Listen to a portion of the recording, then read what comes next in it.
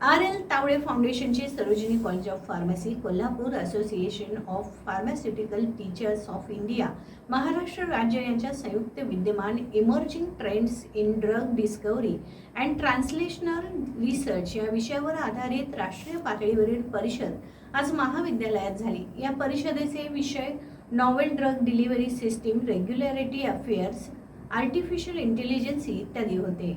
संस्थेच्या सचिव शोभा तावडे यांनी विद्यार्थ्यांना संशोधनाचं महत्त्व, नूतन संशोधनाच्या संधी यावर मार्गदर्शन केलं। परिषदेचे उद्घाटन शिवाजी विद्यापीठाचे प्राध्यापक कुलगुरू डॉक्टर पी.एस. पाटील, बेळगावच्या के.एल.ई. विद्यापीठाचे कुलसचिव डॉक्टर एम.एस. गणचारी, बेळगावच्या ICMR मधील शास्त्रज्ञ डॉक्टर हर्षा हेगडे, पुण्याच्या आर्यन फार्मा कन्सल्टिंगचे संचालक रवींद्र पुरोहित यांच्या हस्ते करण्यात आलं। Doctor P S. Patil, doctor M S. Ganachari, doctor Harsha Hegde, Ravindra Purohit यांनी विविध विषयांवर आपले विचार मांडले। परिषदेसाठी जयसिंगपूर येथील जे मगदूम कॉलेज ऑफ फार्मसीचे प्राचार्य डॉक्टर S.S. पाटील, कोल्हापूर येथील KDCA इन्स्टिट्यूट ऑफ फार्मसीचे प्राचार्य डॉक्टर R.D. हिरेमठ, पेठ वडगाव येथील वुमन्स कॉलेज ऑफ फार्मसीचे प्राचार्य डॉक्टर धनराज जडगे, प्राध्यापक सुजाता चौधरी, प्राध्यापक निशिता वाणी, सहसचिव सुजय तावडे, संचालक अनिल कुमार कुलकर्णी, प्राचार्य राजकुमार बगली, आदित्य अरविंदेकर,